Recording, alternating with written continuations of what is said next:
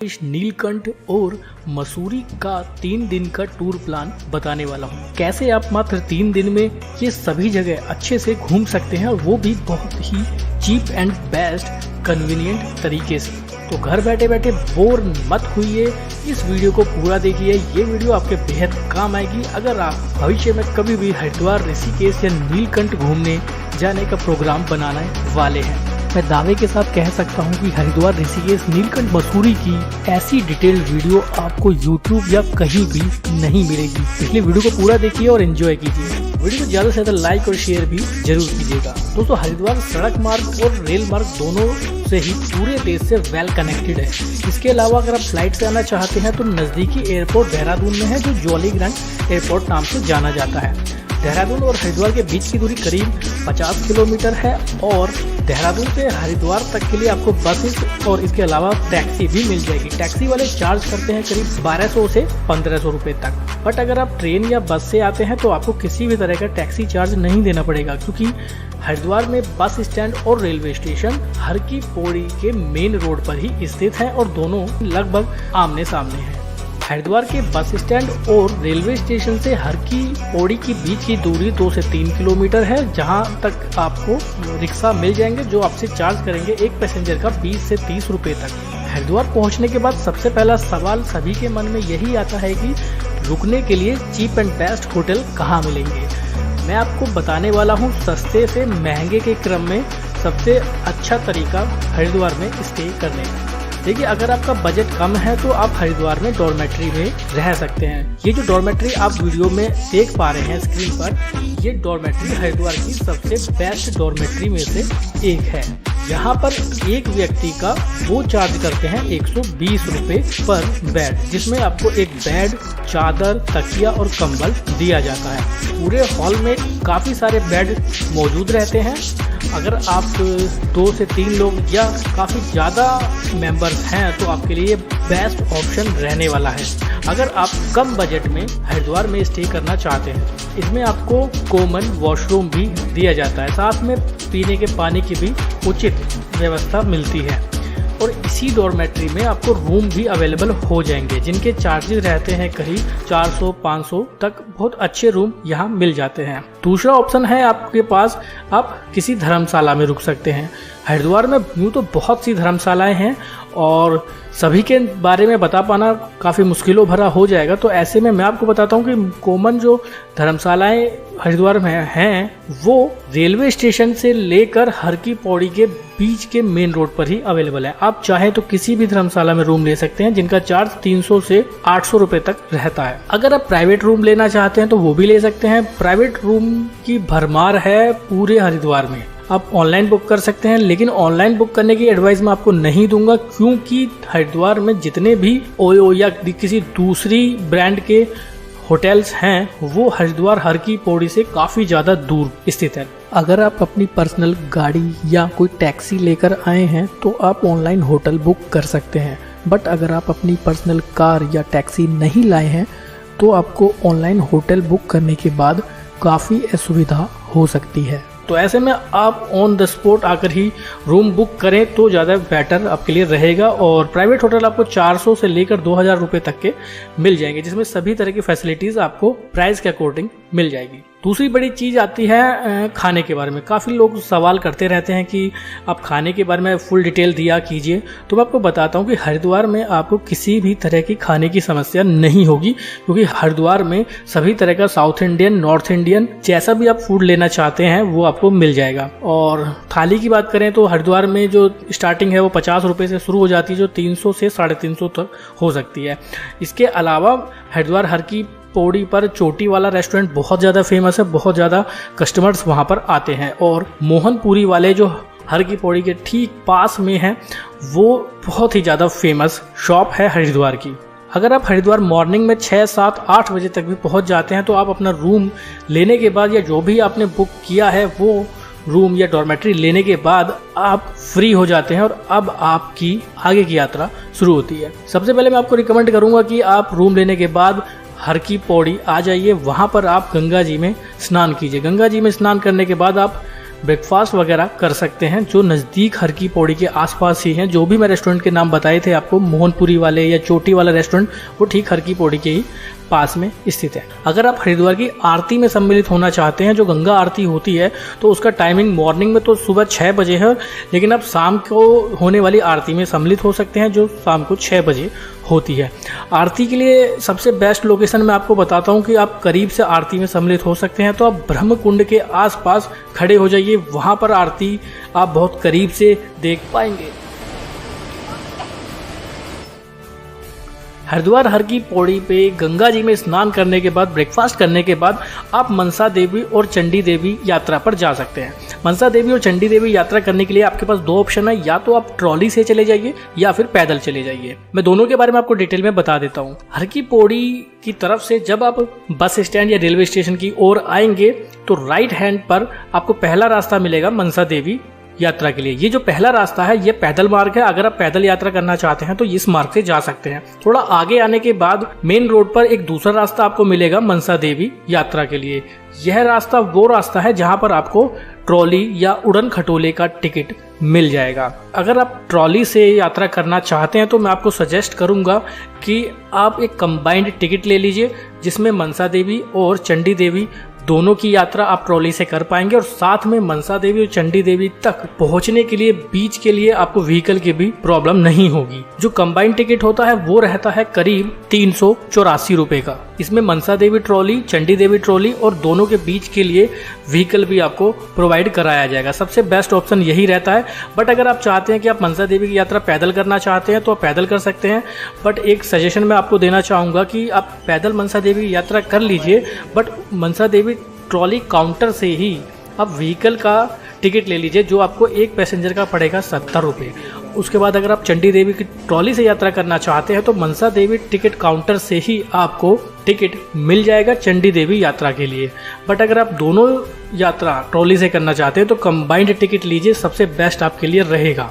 इसमें दिव्यांगों को कंसेशन मिल जाता है, बच्चों के लिए भी कंसेशन मिलता है। अगर बच्चों की हाइट 110 सेंटीमीटर से कम है तो उनका आधा टिकट लिया जाता है। और ये कंबाइंड टिकट के बारे में आपको बता रहा हूँ, इसकी वैलिडिटी 3 दिन तक रहती है। मान लीजिए आपने टिकट आज खरीदा तो अगले 3 दिन तक आप इसको यूज कर सकते हैं।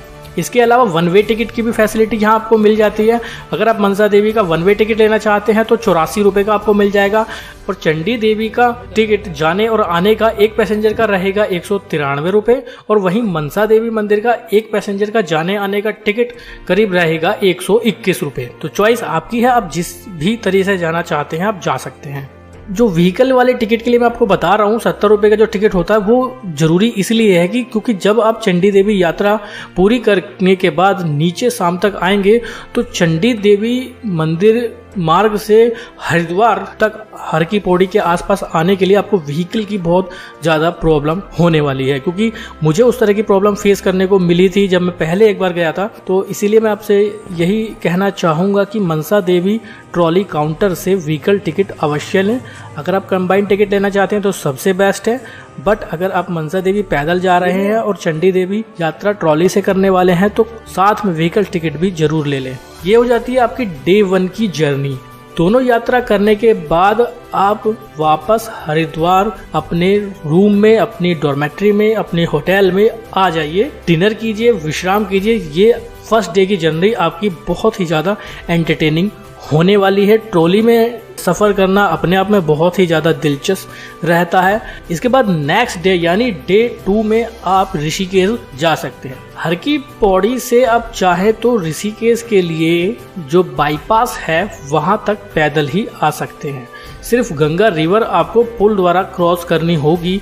जो सामने आप रोड देखेंगे वही ऋषिकेश रोड है और वहां से आपको व्हीकल मिल जाएगा। अगर आप ऑटो से जाते हैं तो 50 रुपये चार्ज करते हैं ऑटो वाले हरिद्वार से ऋषिकेश तक के। अगर आपके पास अपना पर्सनल व्हीकल आप लेकर आए हैं तो अब वो आपको पार्किंग में ही खड़ा करना पड़ेगा। पार्किंग आपकी उसी रोड पर मौजूद है हर की पौड़ी पर। गंगा पार्क करने के बाद आपकी गाड़ी, आपकी पर्सनल गाड़ी या टैक्सी जो भी है, आप उसे हर की पौड़ी तक मेन हरिद्वार से या बस स्टैंड के पास से नहीं ला सकते हैं।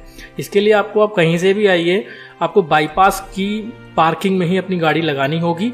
वहीं पर आपको पार्किंग शुल्क भी देना होगा। 50 से 100 रुपए सीजन के अकॉर्डिंग वो चार्ज करते हैं। बट अगर आपके पास कोई अपनी पर्सनल गाड़ी नहीं है तो आप ऑटो से भी ऋषिकेश पहुंच सकते हैं। एक पैसेंजर का 50 रुपए लिया जाता है। 1.5 से 2 घंटे में वो ऋषिकेश पहुंचता है, क्योंकि बहुत ज्यादा ट्रैफिक का सामना करना पड़ता है ऋषिकेश में। वो ऑटो आपको ऋषिकेश में राम झूला के पास ड्रॉप करेगा। वहां से आप राम झूला पार करने के बाद ऋषिकेश में पूरी तरह से एंट्री कर जाएंगे। मैं एडवाइज करूंगा कि आप एक नाइट का स्टे ऋषिकेश में भी लीजिए। ऋषिकेश में रुकने के लिए भी आपके पास बहुत सारे ऑप्शन हैं। आप वहां पर चाहे तो प्राइवेट रूम ले लीजिए, जैसा मैं पहले भी बता चुका हूँ हरिद्वार के लिए। वहां भी चार्जेस वही रहते हैं, करीब 500 रुपए से 1000 या 1500 रुपए तक का आपको प्राइवेट रूम मिल जाएगा। लेकिन ऋषिकेश राम झूला के आसपास प्राइवेट रूम की अवेलेबिलिटी कम है। ऋषिकेश के लिए आप चाहे तो ऑनलाइन बुक कर सकते हैं। राम झूला के आसपास कोई भी होटल आप चाहे तो बुक कर सकते हैं। लेकिन राम झूला के पास में ही परमार्थ निकेतन है, जो एक बहुत बड़ा आश्रम है। वहां पर भी आपको रूम की अवेलेबिलिटी मिल जाएगी। इसके अलावा गीता भवन और बहुत सारी धर्मशालाएं हैं, जहां आपको कम बजट में रुकने की सुविधा मिल जाएगी। ऋषिकेश को yoga capital of the country कहा जाता है। यहाँ पर बहुत सारे आश्रम हैं जहाँ पर योगा किया जाता है। मॉर्निंग में अगर आप 10 या 11 बजे ऋषिकेश पहुँच जाते हैं तो आप इस दिन नीलकंठ जा सकते हैं। नीलकंठ जाने के लिए आपको टैक्सी लेनी होगी, जो ऋषिकेश में बने टैक्सी स्टैंड से आपको मिल जाएगी। वहां तक पहुंचने के लिए आपको पैदल ही जाना होगा। वहाँ टैक्सी वाले चार्ज करते हैं एक पैसेंजर का करीब 150 रुपए, जिसमें जाना और आना दोनों का किराया इंक्लूड रहता है। और 1 से 1.5 घंटे में वो आपको नीलकंठ तक पहुंचा देंगे और आपको टाइम देंगे 1.5 घंटे का कि आप 1.5 घंटे में दर्शन करके आइए। उसके बाद वो आपको वापस ड्रॉप करेंगे। बाकी डिपेंड करता है वहाँ की भीड़ पर, कितना क्राउड है, कितना रश है वहाँ पर, उस पर डिपेंड करता है कि वो आपको कितना टाइम देने वाले हैं। जनरली 1.5 से 2 घंटे तक का टाइम वो प्रोवाइड कर देते हैं अपने पैसेंजर्स को। नीलकंठ में दर्शन करने के लिए बहुत लंबी लाइन लग जाती है अगर आप मंडे वाले दिन नीलकंठ पहुँचते हैं तो, या फिर अगर आप सावन के मौसम में जाते हैं तो बहुत बड़ी लाइन वहाँ पर आपको देखने के लिए मिलेगी। सभी तरह का प्रसाद की शॉप वहाँ पर अवेलेबल है। आप चाहें तो गंगा जल हरिद्वार या ऋषिकेश से ला सकते हैं, नहीं तो आपको वहाँ भी गंगा जल की कैन भरी हुई मिल जाएंगी। प्रसाद भी हर तरह का वहाँ पर आपको मिल जाएगा। जो भी आपको सही लगे आप ले सकते हैं और नीलकंठ बाबा पर जल चढ़ा सकते हैं। नीलकंठ में भी खाने पीने के रेस्टोरेंट अवेलेबल है। आप चाहे तो अपना लंच भी नीलकंठ में ही कर सकते हैं और चाहे तो वापस नीचे आकर ऋषिकेश में भी कर सकते हैं। वापस आते वक्त मैं आपको ये एडवाइस दूंगा, मैंने पहले वीडियोस में भी यही बताया था कि वापस आते वक्त आप चाहें तो लक्ष्मण झूला ही उतर जाइए, क्योंकि जिस टैक्सी से आप आए हैं वो टैक्सी लक्ष्मण झूला होते हुए राम झूला आपको वहाँ ड्रॉप करेगी। तो बेटर रहेगा कि आप राम झूला ना जाकर रास्ते में लक्ष्मण झूला ही उतर जाइए। इसके लिए आपको ड्राइवर से पहले बोलना पड़ेगा, वो आपको लक्ष्मण झूला ही ड्रॉप कर देगा। लक्ष्मण झूला ड्रॉप करने के बाद आपको ये फ़ायदा होगा कि आपको लक्ष्मण झूला घूमने आने के लिए एक्स्ट्रा पे नहीं करना पड़ेगा। लक्ष्मण झूला के आसपास भी काफ़ी सारे मंदिर हैं, आप चाहें तो वो घूम सकते हैं। मार्केट बहुत अच्छा है, वो भी घूम सकते हैं। लक्ष्मण झूला से वापस शाम को घर आते वक्त यानी रूम पर आते वक्त आप पैदल ही वॉक करते हुए राम झूला तक आ सकते हैं। वहाँ पर आपको बीच में किसी भी तरह की फैसिलिटी रिक्शा या ऑटो की नहीं मिलेगी, बट वो रास्ता इतना अच्छा है। इवनिंग में जब आप आएंगे तो आपको देखेंगे वहाँ पर देश विदेश बहुत से अलग अलग देशों के श्रद्धालु सैलानी वहाँ पर आपको बाय वॉक जाते हुए मिल जाएंगे। इवनिंग में अगर आपके पास समय बचता है तो आप ऋषिकेश के बहुत अलग अलग मंदिर भी घूमने जा सकते हैं, जैसे शत्रुघ्न टेम्पल, श्री भारत मंदिर, कुंजापुरी देवी टेम्पल, नीलकंठ महादेव तो आप ऑलरेडी घूम ही आए हैं, Bhootnath temple, Raghunath temple, Trimbakeshwar temple, Laxman temple, Parmarth Niketan, Gita भवन, स्वर्ग निवास और हनुमान मंदिर जैसे बड़े बड़े मंदिरों में, आश्रमों में आप घूमने जा सकते हैं। ऋषिकेश में भी खाने पीने की किसी भी तरह की समस्या आपको नहीं होगी, क्योंकि ऋषिकेश में भी बहुत बड़े बड़े और अच्छे रेस्टोरेंट अवेलेबल हैं, होटल्स अवेलेबल हैं, जहाँ पे आपको किसी भी तरह की खाने की प्रॉब्लम नहीं होगी। चोटी वाला रेस्टोरेंट ऋषिकेश राम झूला के पास भी अवेलेबल है। इसके बाद नाइट स्टे आप ऋषिकेश में ही कर सकते हैं। ये हो जाता है आपका डे 2 और हरिद्वार और ऋषिकेश दोनों ही आपके इन 2 दिनों में कंप्लीट हो जाएंगे। आप चाहे तो उसी दिन रिटर्न हो सकते हैं। अगर आपके पास समय कम है तो आप 2 दिन में ही वापस घर जा सकते हैं, बट अगर आप 1 दिन और एक्स्ट्रा लेकर आए हैं यानी 3 दिन, तो मैं आपको तीसरे दिन लेकर जाने वाला हूँ मसूरी। अब बात करते हैं डे 3 की। डे 3 में अगर आप मसूरी घूमने जाना चाहते हैं तो आप या तो डे 2 में नाइट में हरिद्वार वापस आ जाइए, वहाँ पर रात को स्टे कर लीजिए, या फिर डे 3 में अर्ली मॉर्निंग आप हरिद्वार पहुँच जाइए। डे 3 में मसूरी जाने के लिए आपको क्या करना होगा वो मैं आपको बता देता हूँ। जब आप पहले दिन हरिद्वार में मौजूद होंगे तो आप देखेंगे कि वहाँ पर बहुत सारे ट्रैवल एजेंट मौजूद हैं, वहाँ पर बहुत सारे ऑफिसेज बने हुए हैं ट्रैवल एजेंसी के। आप उनसे कांटेक्ट कर सकते हैं क्योंकि वो डेली ऐसी बसेस चलाते हैं जो एक दिन में मसूरी घुमाकर वापस लाती हैं। आप उनसे टिकट बुक कर सकते हैं, अपने जितने भी मेंबर्स हैं उनके लिए। एक टिकट का वो चार्ज करते हैं 180 रुपये। 180 रुपये में उनकी बसेस करीब सुबह 8 बजे से स्टार्ट होती हैं। 8 बजे, 9 बजे, 10 बजे अलग अलग टाइमिंग पर बसेस चलती हैं। जो टाइमिंग आपको सूट करे उस टाइमिंग पर आप अपना टिकट बुक कर लीजिए। अब मैं आपको बताता हूँ कि वो बस आपको कहाँ कहाँ घुमा कर लेकर आती है। वो करीब मसूरी की 5 से 6 साइट्स कवर करते हैं, जिसमें मसूरी झील, प्रकाशेश्वर महादेव मंदिर, मसूरी माल रोड, मसूरी कैंपटी फॉल और इसके अलावा देहरादून की फन वैली भी वो घुमा कर लाते हैं। उसके बाद वापस आते वक्त आप चाहें तो जहाँ भी चाहेंगे वो आपको वहाँ ड्रॉप कर देंगे, जिस भी जगह आप चाहेंगे वहाँ ड्रॉप कर देंगे। अगर आप देहरादून आना चाहते हैं तो आपको देहरादून ही वो ड्रॉप कर देंगे। अगर आप वापस उसी लोकेशन पर आना चाहते हैं जहाँ से आप चले थे हरिद्वार, तो आपको वहाँ पर भी आकर वो ड्रॉप कर देंगे। बट ये एक दिन की जो जर्नी होती है इसमें बहुत सारी वो जगह जगह अलग अलग जगह आपको घुमाएंगे, वो अपने आप में काफ़ी एंटरटेनिंग होता है। इसके लिए आपको मसूरी में अलग से स्टे करने की जरूरत नहीं पड़ेगी। अगर आपके पास समय कम है तो आपके लिए ये बेटर टूर रहने वाला है। 3 दिन में आप हरिद्वार, ऋषिकेश, नीलकंठ और मसूरी सभी जगहों को कवर कर सकते हैं, जिसमें आपको 2 नाइट का स्टे करना पड़ेगा और बाकी 3 दिन आपको वहां पर बिताने होंगे। और इस पूरे टूर के बजट की अगर मैं बात करूं तो ये रहेगा करीब 2 लोगों का 5 से 6 हज़ार के अंदर या उससे काफ़ी कम में ये पूरा टूर कंप्लीट हो जाएगा। कैसी लगी ये जानकारी हमें कमेंट बॉक्स में जरूर बताइएगा। वीडियो को ज़्यादा से ज़्यादा लाइक और शेयर जरूर कीजिएगा। चैनल सब्सक्राइब नहीं किया है तो चैनल भी सब्सक्राइब जरूर कीजिएगा। बहुत बहुत धन्यवाद।